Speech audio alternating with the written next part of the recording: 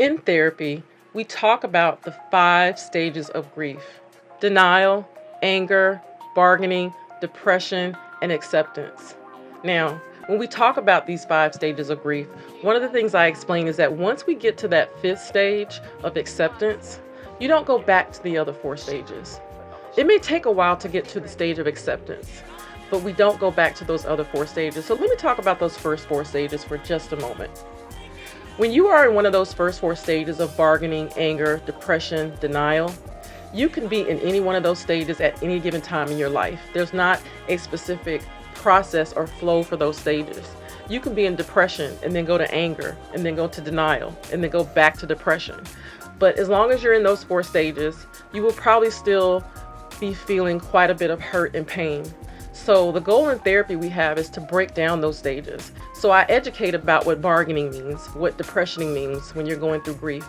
But we take those stages, each stage, and talk about how they are showing themselves manifesting in that individual person, how they are manifesting in you. So we talk about how bargaining is showing up in you, because sometimes people don't even realize that what they're doing is bargaining right now for something that they may not be able to get.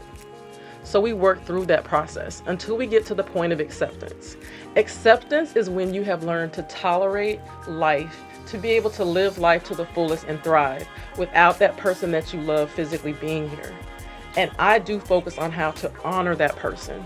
We talk about ways in which you can honor that person. And I work with you for you to come up with ways that fit you as a unique individual, that you want to honor that person that is no longer physically here.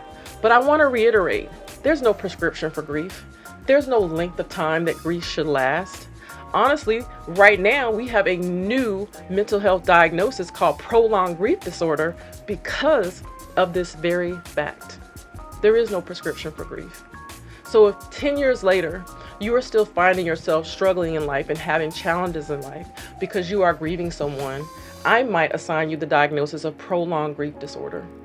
But you may not be diagnosed with prolonged grief disorder, because just because you have a moment where you cry about that person does not mean you are still in those first 4 stages. Just because you have a moment where you miss them and you cry, maybe at night, or you start to think about them heavily, it does not mean you have gone back to those first 4 stages. It just means that you are feeling a moment of love for that person who is no longer here.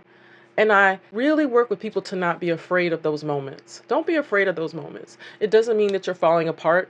It just means that there was someone you loved in your life that's no longer here. And there's a part of you that may wish they still were. But now you are to the point of acceptance and your life is better. You are able to thrive. You are able to live. You are able to function as you want to. And that's what we work on getting to. That's the point that we work on getting to.